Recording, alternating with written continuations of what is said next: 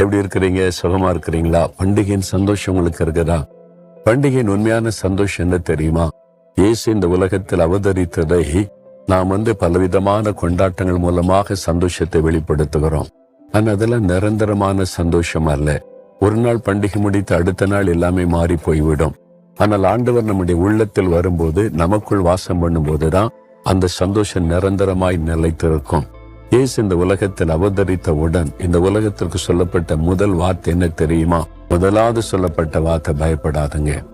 இந்த நாள்ல கூட ஏதோ ஒரு பயம் உங்களை தாக்கி இருக்குதா? ஏதோ ஒரு காரியத்தை குறித்து பயந்து கொண்டு இருக்கிறீங்களா? எதிர்காலத்தை குறித்த பயம், வியாதியை குறித்த பயம், தேவைகளை குறித்த பயம், மனிதர்களை குறித்த பயம், ஏதோ ஒரு பயம், சூழ்நிலைகளை குறித்த பயம்.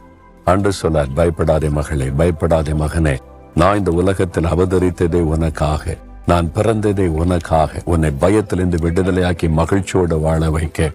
இது எல்லாருக்கும் உள்ள நற்செய்தி. கிறிஸ்தவர்களுக்கு மாத்திரம் அல்ல, இந்த உலகத்தில் இருக்கிற அத்தனை பேருக்கும் ஆண்டவர் இயேசு சொல்லுகிற வார்த்தை, பயப்படாதே மகளே, பயப்படாதே மகனே, உனக்காகத்தான் இந்த உலகத்திலே நான் வந்தேன், உன்னை பயத்திலிருந்து விடுதலையாக்கி மகிழ்ச்சியோடு வாழ வைப்பேன் என்று சொல்லுகிறார்.